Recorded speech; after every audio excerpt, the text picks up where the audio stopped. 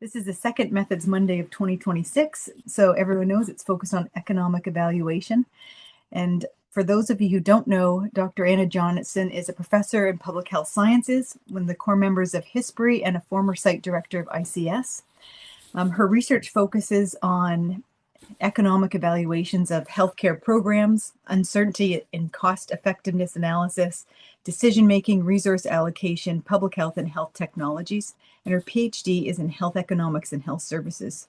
So I know you use a number of different methods, Anna, and today I really love the idea of focusing on this idea of a practical overview.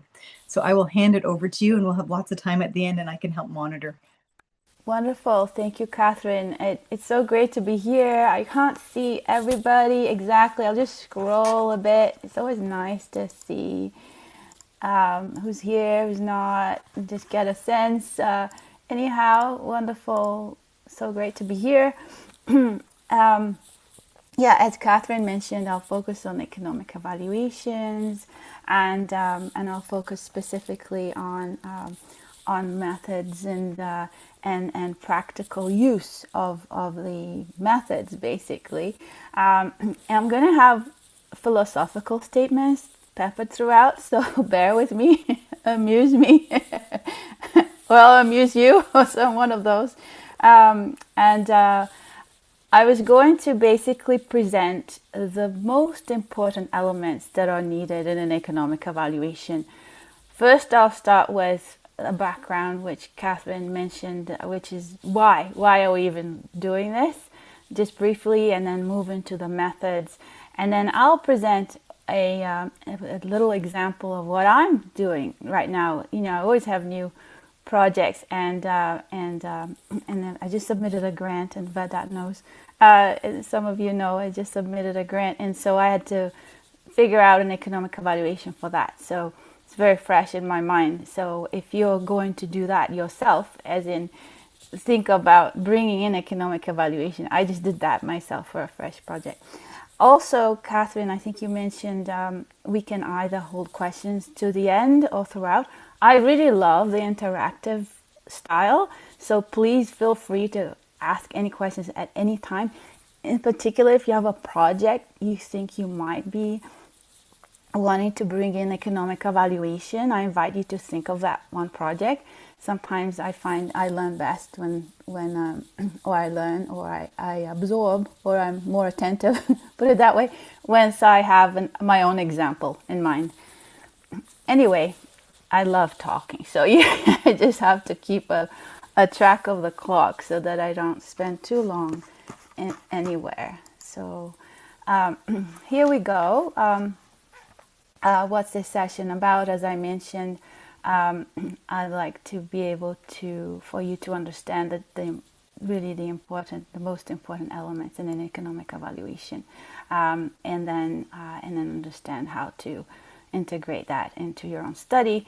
And then there is my first philosophical little bit.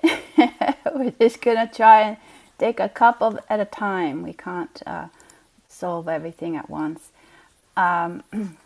And I'm just trying to think, just ask Sherry, we're okay with the recording? We don't have any obstructions in the video, correct? Everybody can see the slides and can see people and everything? Looks great to me. Great. And so and another reminder, if at any point, I know we're all on Zoom, if we feel tired or the eyes start closing a bit, I just remind us to stand up, move around a bit. So why are we looking at economics? Sometimes in Canada we don't see costs in the healthcare system specifically, and a couple of examples come to mind. You know, Leonardo DiCaprio or Kate Winslet will spend $250,000 each to go for a 90-minute experience beyond the Earth's atmosphere, and then that just brings some sort of costs into mind, into perspective, or how it costs $60 million to operate the International Space Station. Or if you really fancy a Lamborghini, then it's going for about, or in 2022 it was going for about $4.5 million, a really fancy, nice colored one. Anyway, but in the healthcare system, it's not even like a car in a car market where you can call different dealers and find out what the different prices are and what the different features are. We think of perfect competition in economics where we have a large number of buyers and sellers, a homogeneous product, free entry and exit, perfect knowledge of prices and technology, no transportation costs, although all very low transportation costs, and no artificial restrictions. So if we think of a perfect competitive market in terms of economics, we can think and realize very quickly that the healthcare system is so different from this, right? We have different products. We have products for which we don't know when we may need. We don't know when we will get sick, when we will need healthcare. We have insurance plans. We have definitely not free entry and exit. We need degrees to become physicians. We need infrastructure and money to build hospitals. We don't have perfect knowledge in any shape, in any situation. We don't have perfect knowledge in terms of salaries, prices, how much it costs for us to go and have even see a general practitioner. Typically, there are certainly transportation costs and many restrictions, and there are not a whole bunch of buyers and sellers. So what happens, and I'll have also, you'll see little links within the slides for you can watch like little videos on YouTube if you want to know further about different topics. So in the healthcare market, of course, we have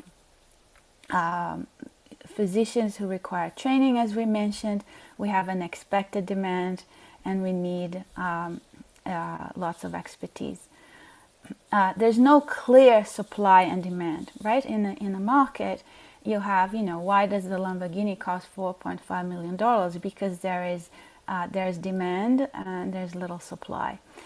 Basically, that's what it comes down to, right? Why do crops change in prices? Because we might have a flood of, let's say, a really good year for wheat, so the prices might be low. But if we have drought, then the prices might be higher. But in healthcare, how do we handle that? Again, here's my little other philosophical point. It's like catching water through a sieve. It's really hard to know what the price is. What is the price? What are we talking about? What is the supply? What is the demand? So in terms of economic evaluations, we really try to figure out what the supply costs are. What it costs to provide healthcare, what it costs to invest money in the technology, and then we try to figure out what the benefits are of providing these resources, of course. And as we're talking earlier in the very beginning with Catherine, who is interested in this? A lot of governments are. So in Ontario, there's the Ontario Health Technology Assessment Advisory Committee, of which I used to be part, where we advise the minister as to what programs should be funded. There's the committee to evaluate drugs in Ontario, and of course internationally we have New Zealand, Australia, and we have NICE, the National Institute for Health and Care Excellence. The difference is a lot of these organizations are national. In Canada, we don't have a national organization. We have CADAS, and I have that as a reference at the end, which states the different points that I'm going to mention that are important in economic evaluation. But there's no body that is national in Canada that decides what should be funded in Canada. It's provincially dependent. And then, of course, what happens, one method is that's used, the multi-criteria decision making, although different methods are used in different committees to decide in the end which programs will be funded. So let's move right on. That's why you're here, not to talk about why we look at supply and demand and so forth, but really how to integrate an economic evaluation. Well, here's another philosophical statement again. we want to, because we don't have supply and demand clearly delineated in healthcare, we're trying to figure it out. So it's like putting legs on a snake. We're trying to artificially create these supply and demand curves so that we can figure out the pricing, and we can figure out whether it's worth spending on a particular program. So there are basically 4 different types of economic evaluations. I know a lot of people use the terms interchangeably.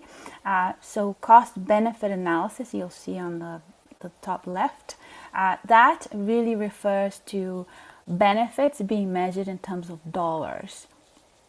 So you might be looking at productivity loss in terms of dollars lost, or you might be looking at how much people are willing to pay for a particular program, or how much money people are willing to pay to wait for or expedite their cancer treatment.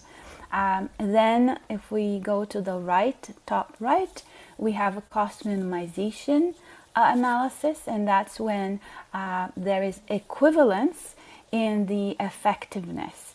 So for example, for Alzheimer's drugs, you might have equivalence in terms of quality of life. A lot of clinical trials have been shown that there's equivalence in terms of quality of life for patients.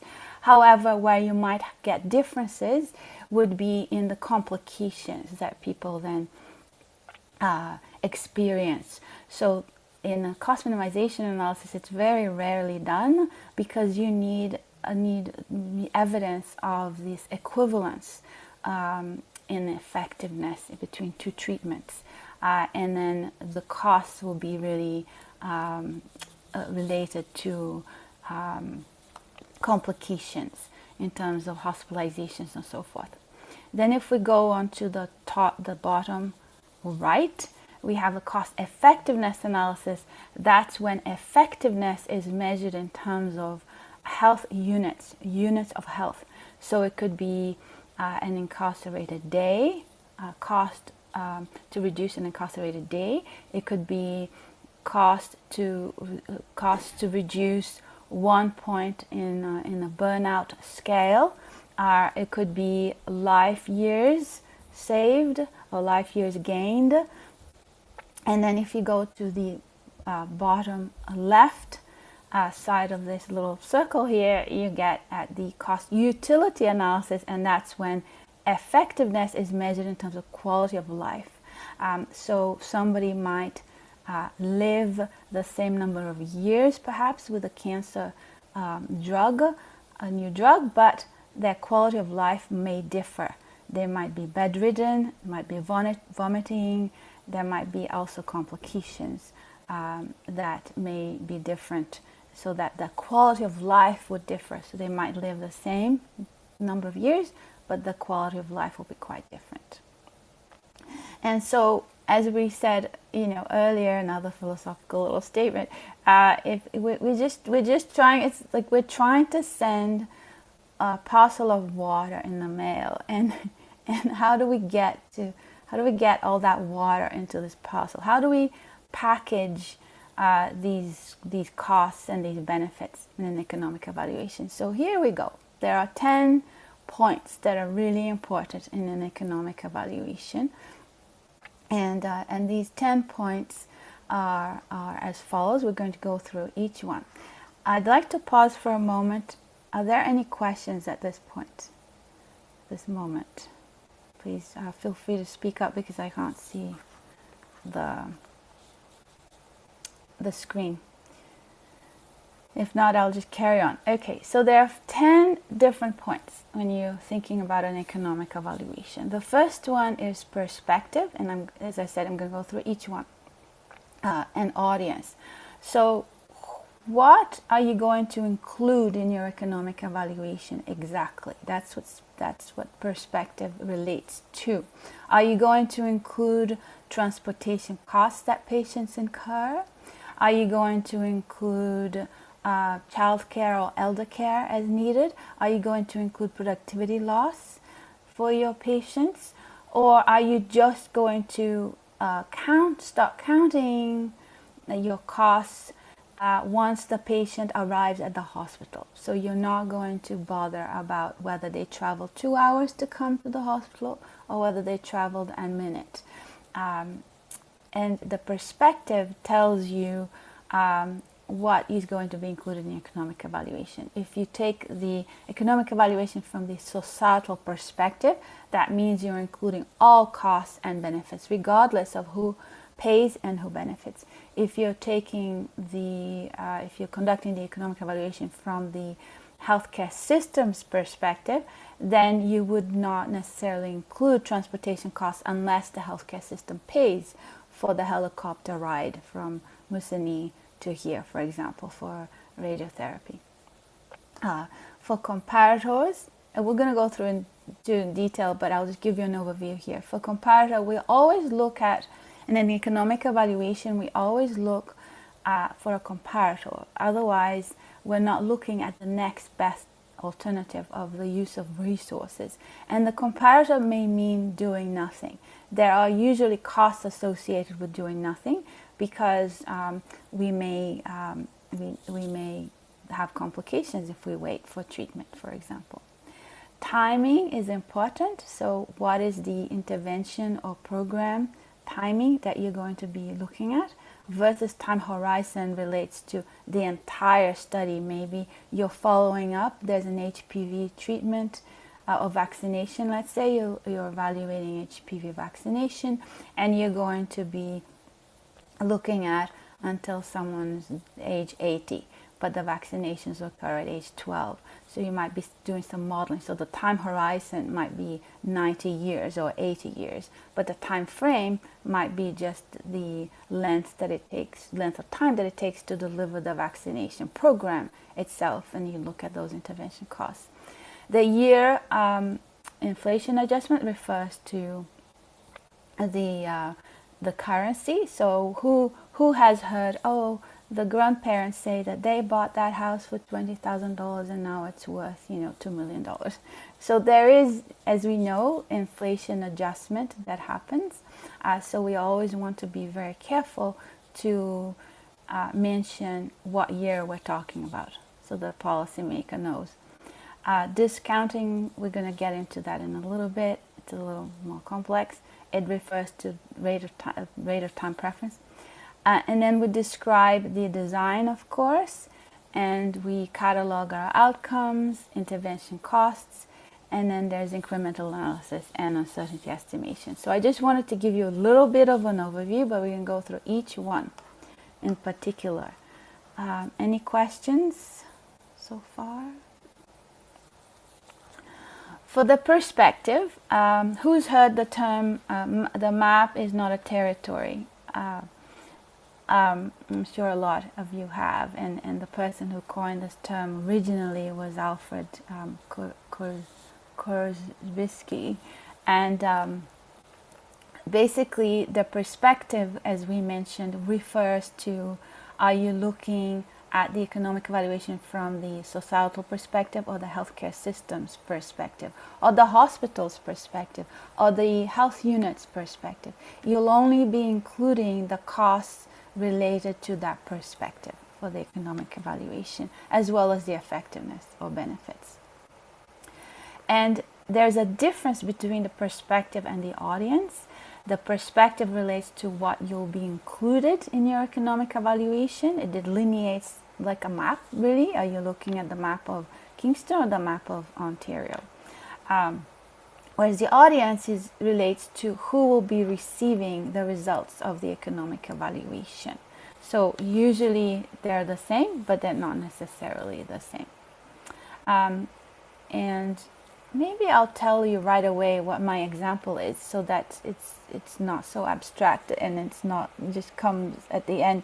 So I'm looking at delivering a mindfulness program to personal support workers at a long-term care facility. So when I think of my perspective, I'm only looking at the long-term care facility. So my perspective is going to be the long-term care facility, or it might be the healthcare payer, because the long-term care facility I'm looking at is government funded. It's not for profit, but as we know, not all long-term care facilities receive entirely public funding. For the comparator, again, we want to make sure we have a comparator so that we can look at, in economic evaluation, we always look at the intervention in terms of the next best alternative. And for my example, the comparator would be, I'm going to suggest a randomized clinical trial where personal support workers are going to be in this mindfulness program or not, with a wait list. 6 months later, the group who didn't get the program gets it. But in any case, the comparator is going to be those who don't get it. The time frame, again, as we mentioned, the time frame relates to the time frame of the program versus how long we're tracking all the costs and benefits. So for the example of the mindfulness program at the long-term care facility with the personal support workers, the time frame is going to be, the program will be for 1 month. They're going to be 30-minute sessions peppered throughout the week to allow for different shifts, different people with different shifts to attend the different sessions. And the time horizon for us will span from pre-intervention, where I'm going to give them some surveys, asking them about their presenteeism, absenteeism, because I'm going to track productivity loss, and I'm going to ask them about burnout. And so my time horizon is going to start from the time of the pre-intervention to post-intervention, which I am suggesting 6 months. So 6 months later, I'm going to give another survey to the personal support workers, both groups, those who attended the intervention, those who didn't. And so my time horizon here would go span from pre to post, which might take 8 months if we consider the time for pre and post assessments. And because my time frame is less than 1 year, we won't need to be doing discounting, which I will come to next in a bit. Who's heard of Ouroboros, the snake that seeks to eat its own tail, that has sought to eat its own tail? Anyway, you know about inflation. I myself have lived in different countries growing up. My parents moved around a lot, but anyway, and I've lived in countries where the inflation was extremely high. You would go and buy a pair of pants, and the next day, the pair of pants cost 20 times more. So, as we know, inflation is important to when we are reporting results in an economic evaluation, so that the audience can know whether we're talking about 20 years ago or now. There's a very simple inflation adjustment that can be done looking at the consumer price index on the website. I have it here. Here it is for Canada. You can look at annual data to figure out what the inflation is. Basically, what is inflation? Inflation tells us what the value of goods and services is over time. And so if your program is happening now, you can simply report the current prices or current costs that you're tracking. But if you're doing a retrospective evaluation and your program happened 5 years ago or even 1 or 2 years ago, you'd need to adjust for inflation and report in today's values. So for my program, it's going to be a prospective program from 2026 to 2028, a 2-year program in the end, because it takes time, as we know, to then collect all the information. So I'm going to say, if I'm completing my study in 2028, I'm going to report my results in 2028 dollars, 2028 Canadian dollars. So you want to report the currency and the year. And what this Consumer Price Index Canada shows, it basically shows the different rates of inflation. I think it was 1992, if I recall. Anyway, in one of the years, there's the index, and the index is 100, and then from that 100 it just goes up, and then you'll know what the inflation is for each year. You can look at either all goods and services. I usually look at that because to deliver a program, you don't just use healthcare. You might use there's a cleaning service, or you might use a treadmill for your program. So there, you're not just using healthcare resources, but there is also a healthcare line in the CPI, in the Consumer Price Index in that website, and you can look at that. Any questions at any point? Discounting is really more of a concept. So, and I just think yeah, Vince had yeah. a question. Oh, Vince. go ahead, please. Sorry, yeah, I couldn't do my digital. Yeah, because I couldn't Thanks, see. Anna. Yeah. Just curious, that's great that they actually have a healthcare line. What is included in a healthcare line? Like, is it what a consumer would pay, or is it, all healthcare, even though lots of it might be covered by the OHIP, or what kinds of things are included?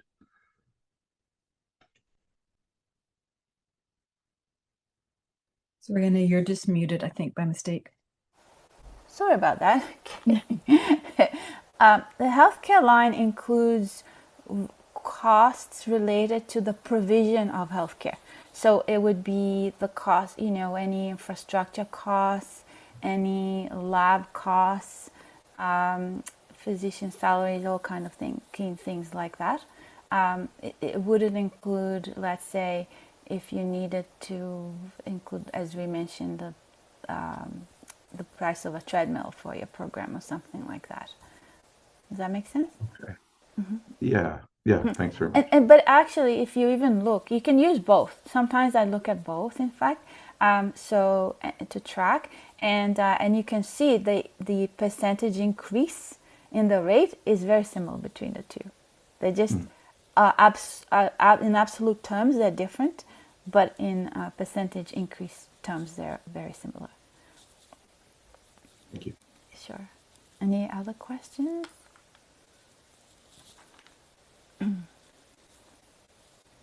So for discounting, if your program, as we said, with your time horizon, if you're tracking people longer than 1 year from the start of your program, then you'll need to do discounting. Why?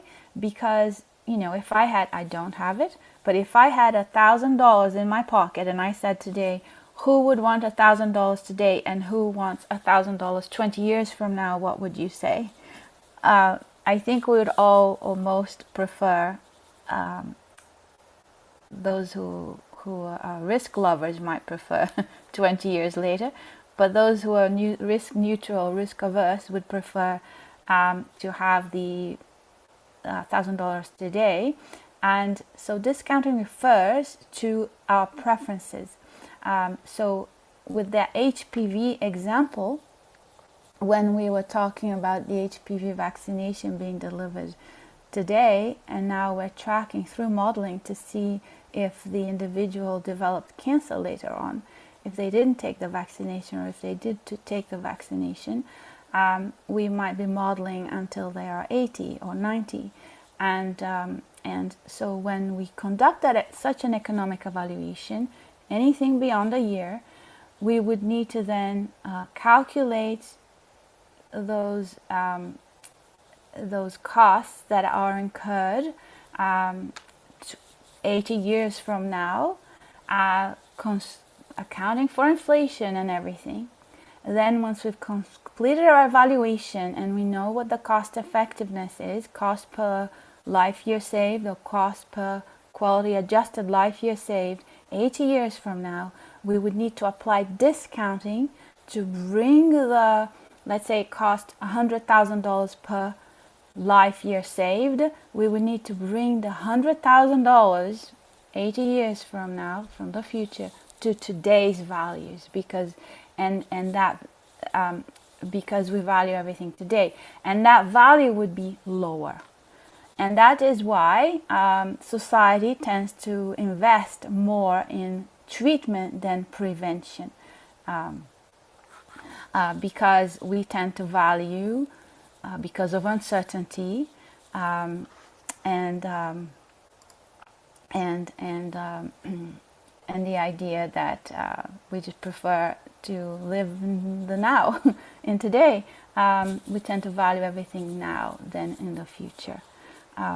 So if you would like to know a little bit more about discounting, I have this 7-minute video, which is a little bit interesting. It's actually a little funny. It's a little cartoon, and it's quite funny. It, So just let's be careful that we don't confuse inflation with discounting. Discounting here refers to really the concept of the rate of time preference, whereas inflation refers to the value of goods and services. If your program is not longer than 1 year, you don't need to worry about discounting. You just need to say that, because Caddis and Cheers, which you'll see at the end of this presentation, as well as Drummond, my 3 top recommendations for sources in economic evaluations, they all recommend that you do discounting if you can, but that you say that you're not if your program is less than 1 year. Then for number 6, any questions?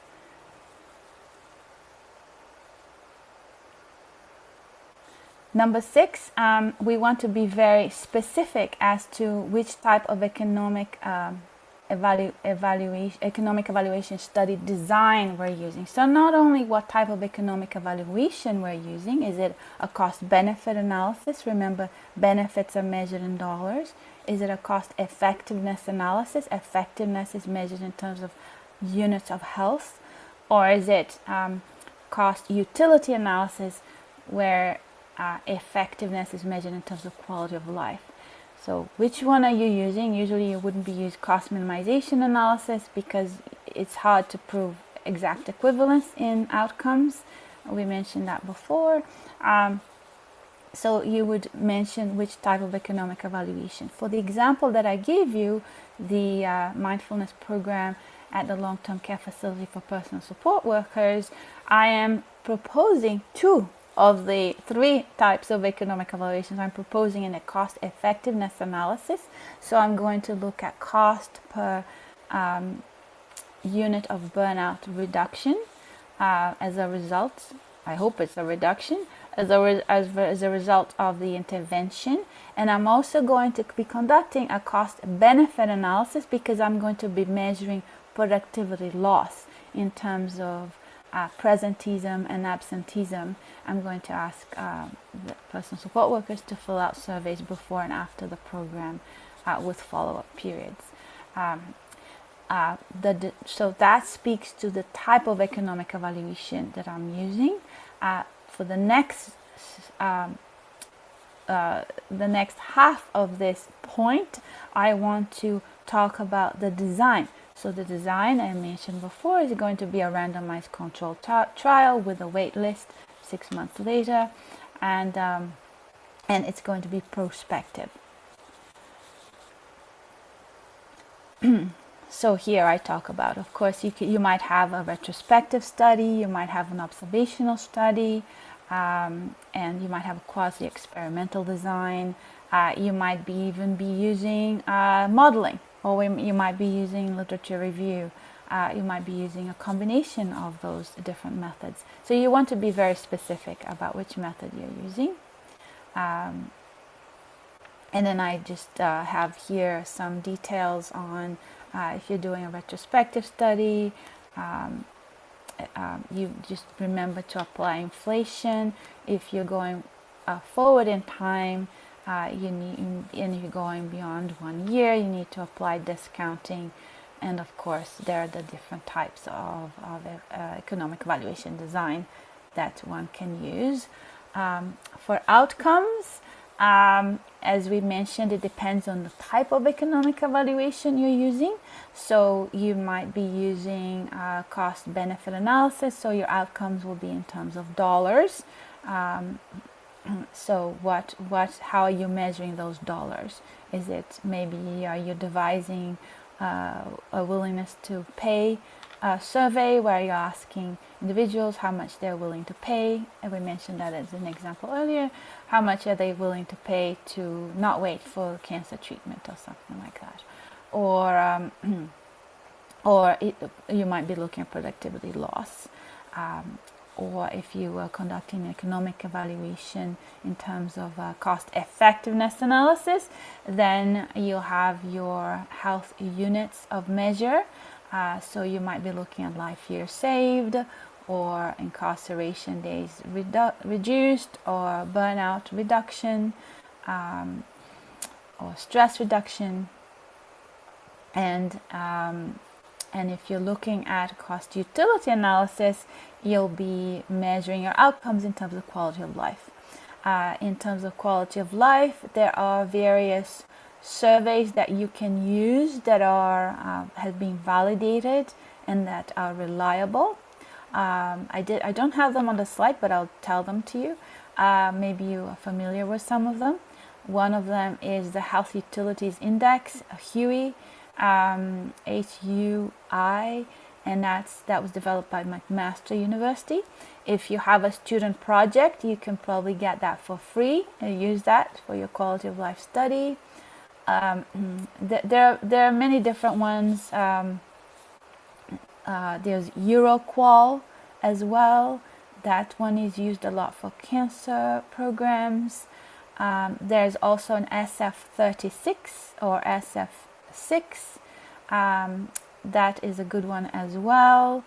For all of those, you'd have to pay to use. But then if you have, again, student projects, you may not need to pay for them. Or you can, of course, hire, or if you're a psychometrician yourself, or hire a psychometrician and create your own quality of life study. There are various different ways of measuring quality of life. I've used the SF6 before, SF36, the Health Utilities Index, McMaster one, but I've used ones where, again, sometimes you don't need to pay for them, but sometimes you do, and that's fine too. Any questions so far? So, and for my example, my outcomes are burnout and productivity loss. So I would be would need to then be very detailed here, explaining how I'm using the Malash questionnaire. I also have some secondary measures. I am looking at quality of services provided. Did they improve the quality of services provided by personal support workers, given that they go through this program, this mindfulness program? But I am not going to bring that into the economic evaluation. So this is a practical element right here. The only outcomes that I found that would be suitable for the economic evaluation piece were burnout, so that I can measure cost per reduction in burnout in the scale from the questionnaire, and then cost per productivity loss, I guess, in terms of, but that would be cost benefit analysis, so it would be net benefits. So the way that it works with the cost benefit analysis is that you can have a ratio, you can have a benefit cost ratio, and you hope that your benefits divided by your costs is greater than 1, right? Because that means your benefits are higher. Or you can display that as benefits higher than costs, or we call this the net benefits equation or formula. But it's basically talks about whether we want to make sure that your productivity gain, in this instance if we're talking about benefits in a positive term, are benefits of the benefits gained higher than the cost that it takes to deliver the program. So that's what I'll be looking at. And then I'm hoping that that would inform the long-term care facilities in terms of whether it's worth it for them to invest in such a program. And as I mentioned, quality of services I'm measuring as well, but I'm not included in the economic evaluations. They'll be considered as secondary outcomes. As I mentioned here on this slide, I'm summarizing here what the different examples of outcomes might be. For effectiveness, we might look at 1 year of life gained. For quality of life, we might look at quality adjusted life year gained. And for benefits, we're now looking to see if the benefits are larger than the costs, but benefits are measured in terms of dollars. And I talk here about sources of benefits and effectiveness data. It's a very kind of a little bit of an old article, but it details the different ideas on how to obtain, of course, outcomes data. And for costs, costs are straightforward. You're just basically looking to see how much your program costs. What is not as straightforward is that sometimes we ignore facility costs, the heating, the cleaning, so it's important to include those, because if, let's say, you use an office to deliver a prevention program, that office might be used for something else. So we always look at the concept of opportunity costs in economic evaluations to make sure that we're considering the next best use of the resource. In a cost-benefit analysis, it becomes a little trickier because they're both, remember, benefits are measured in terms of dollars as well, so we want to make sure that we don't conflate the two. In a cost-effectiveness analysis, you can also look at medical care prevented. So resources that you would prevent because now you have an intervention program. So that could go into a cost effectiveness or cost utility analysis. And in a cost benefit analysis, the prevented costs from, let's say, hospitalizations would go in the benefits part, not the cost part, because the only elements that go in the cost part of the cost benefit analysis would be the intervention costs. So in my example, because I'm conducting both a cost-benefit analysis and a cost-effectiveness analysis, for the cost-effectiveness analysis, I'm not considering any hospitalizations because of any anxiety or anything else. I'm not considering those costs because I'm conducting the evaluation from the long-term care facility perspective or the healthcare payer's perspective, in which case it would be the ministry funds going into the long-term care facility. So that's a limitation of the project there. But if I were to include hospitalizations due to anxiety or something by the personal support workers, then my cost effectiveness equation would include the intervention cost to deliver the program, as well as any hospitalization costs prevented from participants having received the program. And as I mentioned, in a cost-benefit analysis, if I were to include medical care savings, they would go in the benefits part. I mentioned here that if we're considering the economic evaluation from the societal perspective, we may want to include out-of-pocket costs, sometimes even parking costs or hotel stay or meals or devices or medications that are incurred from the patient's standpoint. And indirect costs in economics, as opposed to business or accounting, is viewed as, indirect costs are viewed as lost productivity or travel time or elder care or child care. And then always remember to include those infrastructure and capital costs in your cost analysis. Number 9 here, we have the incremental analysis. So what does that mean? It means that we always compare. We compare the program with the comparator because we're always looking at the opportunity cost, the next best use of the resources. So that's a very good reminder. And finally, the last step is the uncertainty. So we never really know how accurate our values are and how our estimations are. So in economic evaluations, there are all kinds of different types of uncertainty evaluations that we can perform.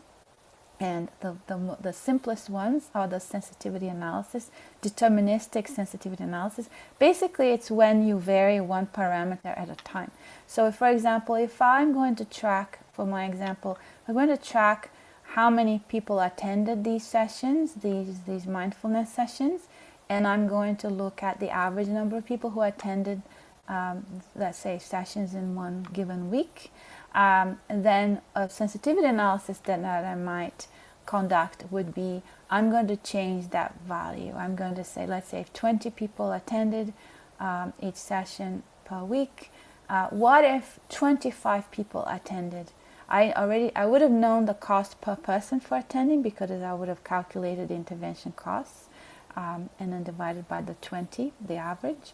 But then what if 25 people attended or 50 people attended? I want to know, is my program still cost effective? Is my program still going to be cost beneficial? So this is where uncertainty comes in. You can vary one parameter at a time. You can vary, sometimes you might vary your inflation. Maybe you think because of COVID, inflation was higher than usual, and you might vary that. You might vary other factors, perhaps the salary level, so that the program is generalizable, that the economic evaluation is generalizable to other provinces or other cities. You might vary one parameter at a time, two parameters at a time, or many parameters at a time. You might use deterministic analysis or probabilistic analysis. You could use bootstrapping or Monte Carlo simulation if you're doing modeling. For my example, I'm going to be using an acceptability curve, which tells the decision maker how likely the program is to be cost effective or cost beneficial. And I'm also going to be using probabilistic sensitivity analysis. Why am I using probabilistic sensitivity analysis and acceptability curve? Because those are also guidelines, which are detailed in CADAS, as well as Cheers and Drummond, which you'll see at the end. The references are there. And I'm glad I mentioned my example throughout because, as I said, I like talking. So, and I see already it's 12:48, and but this is a summary of the program that I mentioned before. So, I basically plugged in the different details that would go into the 10-point checklist we just went over. So, for my example, the Ministry of Health would be the perspective or the long-term care facility. The comparator would be those who would not be receiving the mindfulness program. The time frame of the program is basically 4 weeks, but then the time horizon is from the time of the pre-intervention assessment period until the post 6 months follow-up. I would be reporting my values. Oh, it should say $2,028 because if I'm going to be reporting the results, then it's a prospective study. I'm not going to be doing any discounting because the program is less than a year. I'm going to be proposing a cost effectiveness analysis and a cost benefit analysis, as we mentioned, and it's going to be a prospective randomized control trial with a waitlist control group. And the outcomes I'm proposing, the main outcomes for the economic evaluation are burnout and productivity loss or productivity. And then costs are intervention costs, and the incremental analysis will be the incremental cost effectiveness ratio and then incremental net benefits. And for a certain estimation, I'll be using the probabilistic sensitivity analysis and the acceptability curves. So I did it. Any questions? I just wanted to say just a couple of notes. A budget impact analysis sometimes is done, and that's when people want to know how much it's. Let's say you take an economic evaluation that was done in the literature, and you want to know how it's going to work in your jurisdiction. But that's a much simpler version than an economic evaluation, and these are the terms that you need there, the variables you would need. And then, of course, policy decision making. All that information goes into policy, and the ministry sounds like ministry talk a little bit. We're on target for meeting our target, and then of course we have some other funny cartoons about cutting costs, and of course insurance. And as I mentioned at the end, I would have the 3 top recommendations that I have, and that also have guidelines for economic evaluations. And if you have any other questions, feel free to ask me, and also any questions now. Thank you very much, Anna. I have a number, but I'm going to hold off mine. There's 2 questions in the chat, and so I don't know if Jamie asked one and then Christina asked another. I'm happy to read them out. That would be great. Thank you. Yeah, so Jamie asked, the Bank of Canada has an inflation calculator. Is this a good resource for inflating the healthcare services? No. Okay. Don't use that. Use the consumer price index, and you can ask me how to use it. It's really simple. Okay, that's good. Question 1, excellent. Great. The other one was, what types of supports opportunities are available to support early career researchers who are interested in gaining experience in conducting economic evaluations? I'm it. No, just kidding. It's true. It is true. Well, I'm happy to help, but also the resources I gave are really helpful. Okay. And then maybe watching some courses online. There are some really good free courses these days, right? Are there? Yeah. And if you have examples of them, if you can send them to us too, we can pop them up, because this will be available on the History YouTube channel, but we can also send them out to folks who attended today too. Yeah, I've just guessed on that one, so I'll look because I found some good ones on mixed methods. Okay. And I thought that same source might have some good ones for economic evaluations, but I might be mistaken. Okay, thanks, Anna. Jordan has his hand up. Thanks, Anna. Great presentation. What a wonderful overview of economic analyses. My question's probably too big with 8 minutes left to ask, but I was wondering about where your data collection period is limited to a certain window of time, but the time horizon where your knowledge user might be interested in is much longer. So, for example, in a randomized trial that's 1 year long, where you're collecting your utility or benefit or outcome data for a 1 year period, but because it's a chronic condition, the health system might be interested in a lifetime time horizon. And when you might choose to look at a full lifetime time horizon, and what the modeling options are that could be considered in that case. What a great question, Jordan. Yeah. So yes. So I think answer number 1 is resources. What are your resources available? Right. So it's how cost effective is it for you to conduct a lifetime economic evaluation? So that's number 1. I look at is how can we use what we can in the most efficient way. So if you only have time and data for 1 year, then that's it. That's it. But you can write that at the end. This is a limitation. But you could conduct in a sensitivity analysis and uncertainty evaluation. You could then model, but then you'd be doing modeling uncertainty as well. You could model over time. Another way is you can conduct your economic evaluation. Like I said, a lot of people do 2 types, right? You can do your short-term 1 year, and then you can also present a longer-term one. So that, again, it's almost a sensitivity analysis that way. And then in terms of modeling, it depends on your disease and right? It depends on which model is best to use. But you can certainly use the modeling, but the modeling would be always informed by the clinical, right? The clinical, from the clinical sphere, I would say. But does that answer your question? You could first you use the resources you have, but secondly, you can use sensitivity analysis to go further, and thirdly, you can conduct 2 sets of economic evaluations within one, and conduct the modeling. And I can help you if you'd like as to deciding which modeling to use.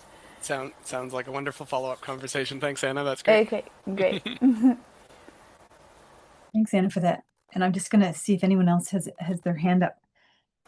And I just had a question because I know I've reached out to you, and I see Helen Cooper's on the call, and so is Vince. We've been wanting to look at the economic.